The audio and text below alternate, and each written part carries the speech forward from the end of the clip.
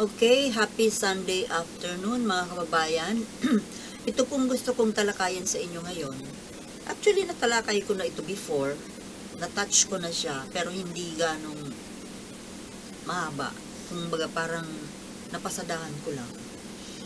Marami pong dapat pag-usapan ngayon na talagang mga medyo seryoso at nakakagimbal na mga issue. Pero ayaw ko munang i-touch kasi kailangan ko munang mag-prepare din ang sarili kong comment. Ngayon, gusto ko po kasing mabalikan po itong yung issue dyan sa nangyari dyan sa Senado nung si Senator Risa Hontiveros po ay nag-file ng resolution tungkol sa pagpapapasok muli ng ICC dito sa atin. Nang sa ganun ay malitis po, maimbestigahan itong mga Duterte tungkol sa drug war na nangyari noong panahon niya. Pero kung sa lower house po, sa House of Representatives, halos nagkakaisa po ang mga members ng Congress. Isa ang kanilang parang iisa ang kanilang stand. Pero pagdating po dito sa Senado, medyo iba. Kasi alam nyo, napakaraming kaalyado dito sa Senado ni dating Pangulong Duterte. Halos karamihan ng mga senador ay hawak or mga allies ni dating Pangulong Duterte. Isa na nga po dito, ang ilan dito, alam na natin, no need to mention, alam natin kung sino-sino. Mag-focus po tayo ngayon dito sa, gusto kong mag-focus po kasi doon sa naging reaksyon ni Amy Marcos tungkol dito sa resolution ni Risa Hontiveros and also yung sa lower house. So, pakinggan po natin kasi para ito yung kay Bato Pato Ito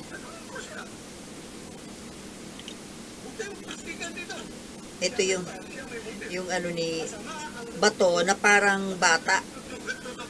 Talagang basag ulo ito. So they're really looking for trouble.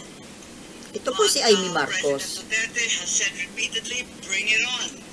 Para sa akin, ang totoo, desisyon ito ng ehekutibo. De La Rosa. Sa akin, ang totoo, desisyon ito. Pastikan dito. Ito. So they're really looking... Senator Ronald De La Rosa. Ikaw ba naniniwala na walang hustisya na nangyayari sa Pilipinas? Tanungin ko siya. Gusto ko po kasing marinig natin yung eksaktong salita ni Amy Marcos. Saka po natin. Basag ulo to. So they're really looking for trouble. But President Duterte has said repeatedly, bring it on. Para sa akin, ang totoo, desisyon ito ng ehekutibo. Okay. Okay, so yun po ang focus ng talakay ko ngayon, itong si Amy Marcos. Not so with De La Rosa kasi na-content ko na siya before. Ang gusto ko pong puntuhan, itong si Amy Marcos, the way po na magsalita siya, yung mga pamamaraan niya ngayon ay Duterte. Asal Duterte na po siya. Biruin mo yung mga salitang basag ulo, looking for trouble. Sino ang naghahanap ng trouble? Walang naghahanap ng trouble. Di po ba mga kababayan? Ang gusto lang namang mangyari, ang gusto nating mangyari, ay maimbestigahan yung mga si Duterte at mga kasamahan niya doon sa bloody drug war nang sa ganun po ay mabigyan ng hustisya yung mga biktima. At dahil po dito nga sa atin, hindi gumagana ang justice. Di ba naman, sa totoo lang, hindi naman talaga gumagana ang hustisya dito sa atin. Ito na nga ang proof na hindi gumagana. Dahil itong kaso na ito ni Duterte ay parang nalibing na po sa limot. Ngayon, baka mapalayo na naman ako, ito nga pong si Amy Marcos, hindi ko po siya maintindihan kung bakit siya nagkakaganito. Yung pag-uugali niya, yung pananalita niya, kasi nga, nakadikit siya sa mga Duterte. So parang naa-adapt niya po eh.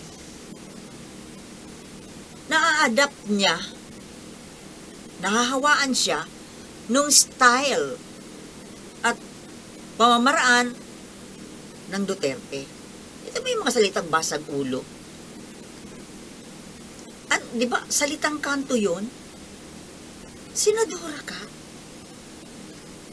Palibhasa kasi, dikit ng dikit dyan sa Duterte, kaya nakukopya tuloy yung pag-uugali at pananalita. Kulang na lang magmuray. Baka sa pag tumagal-tagal pa ang pakikipag kaibigan niya dyan sa mga Duterte, ay mamaya niyan, kopyang-kopya na niya talaga. Na baka pagmumura, kaya na niyang gawin. Sus, Miriosik. Naghahanap daw ng gulo yung mga naghahain ng resolusyon. Maling-mali po itong mga kinikilos na ito ni Senator Amy Marcos. Being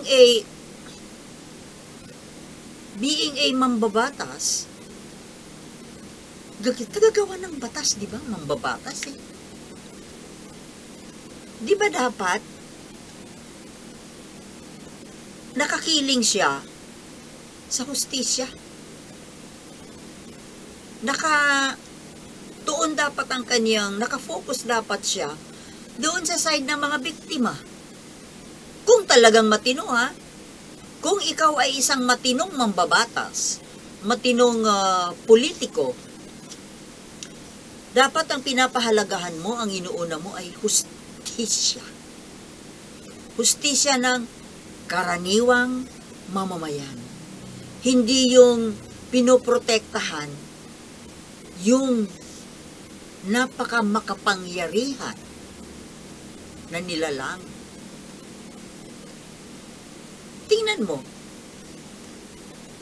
mas kinakampihan niya, ipinagtatanggol niya si Duterte.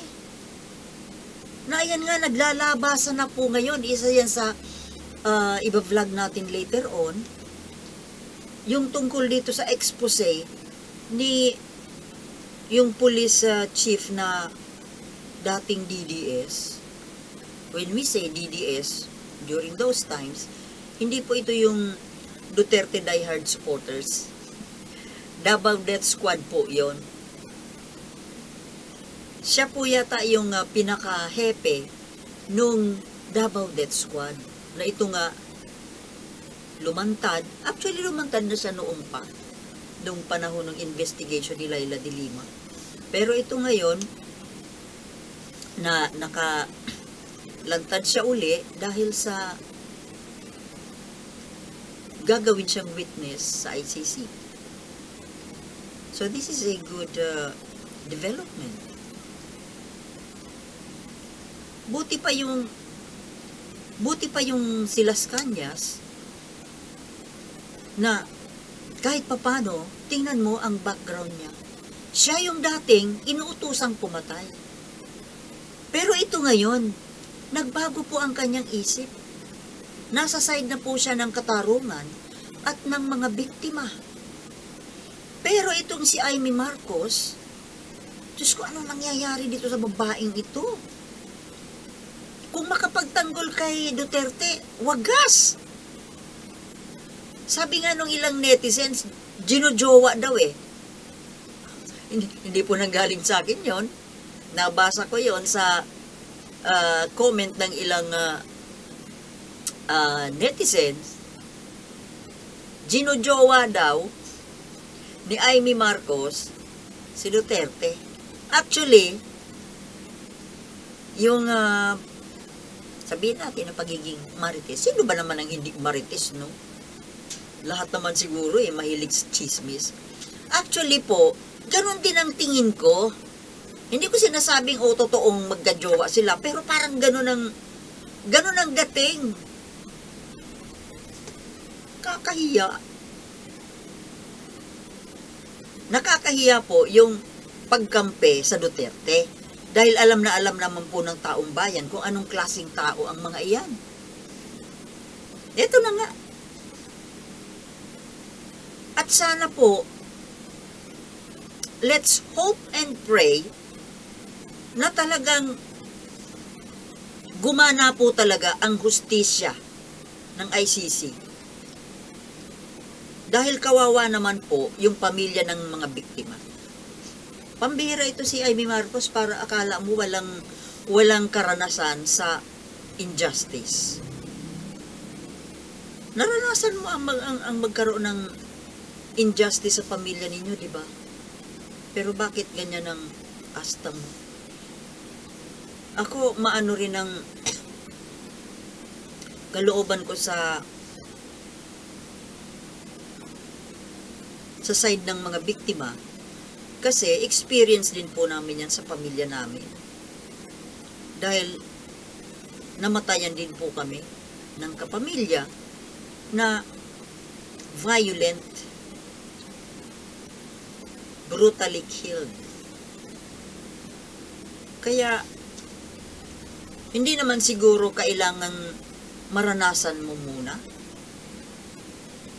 Kailangan ba na danasin mo muna ang isang paghihirap bago natin ma-realize na bago tayo makapag-sympathize with the victims? At saka ito nga po, itong hindi po maganda pakinggan sa isang katulad ni Amy Marcos na magsasalita ng ganito na basag ulo to. Sino ba ang makikipagbasag ulo, Amy Marcos? Sino ba ang mangpupukol? I doubt na galing yan, hindi naman si Risa Hontiveros ang magbabasag ulo. Sigurado kayo yon, yung side mo, yung grupo ninyo ni Duterte. Ang nakikinikinit ako po mga kababayan, siguro kapag talagang pinapasok na yung ICC, talagang may mangyayaring gulo. Baka ito lang po ang inaabangan ni Duterte na yung talagang inaabangan siguro yung desisyon ni PBBM na, sige, papasukin na. Na-imagine nyo po ba mga kababayan kung ano ang iniisip ni Duterte? Para mapigilan yung pagpasok ng ICC? Ako ang tingin ko po dyan, baka gawin niya po yung distam. Kung wala man pong sasali sa kanya na Pilipinong military forces or kapulisan, dahil sa the way it goes, parang ayaw na nilang makipag-associate kay Duterte. Pero mayroon po siya, kung wala siyang makuhang pwersa dito sa loob ng bayan, may nakareserba po siya. Yun ba? Yung mga nahuling mga Chinese nationals. Posible po na yun ang gagamitin niya na pang-destabilization. Kaya watch out po tayo. Kaya nang sinasabi ni Amy Marcos na basag ulo, ano naman ang gusto mo kasi, Amy Marcos, na mangyari? Hayaan lang? Forget all about it? Palibhasa kasi hindi mo ramdam yung nararamdaman ng pamilya ng mga biktima. Kaya ganyan ka magsalita. Nakakahiya ka? Alam niyo mga kababayan, nakakahiya po talaga itong itong inaasal ni Amy Marcos. Akala mo naman, sino? Well, may natutuwa sa kanya, of course. Yung mga DDS. Pero nakakahiya po ang ginagawa ni Amy Marcos. Walang hiya. Naturingang mambabatas. Kambing-kambi sa, my goodness. Ipagtanggol pa yung mamamatay tao. Nakakahiya ka, Amy Marcos. You are in trouble. Sa totoo lang. 'Di ba? Mag-re-election ka 2025. Baka ikaw ang in trouble. Marami nang nadidismaya sa iyo. Okay mga kababayan, ito lamang po sa ngayon kasi linggo naman at siguradong nag-happy-happy kayo. Ano po? So, thank you very much for watching and I'll see you in our next vlog. Peace.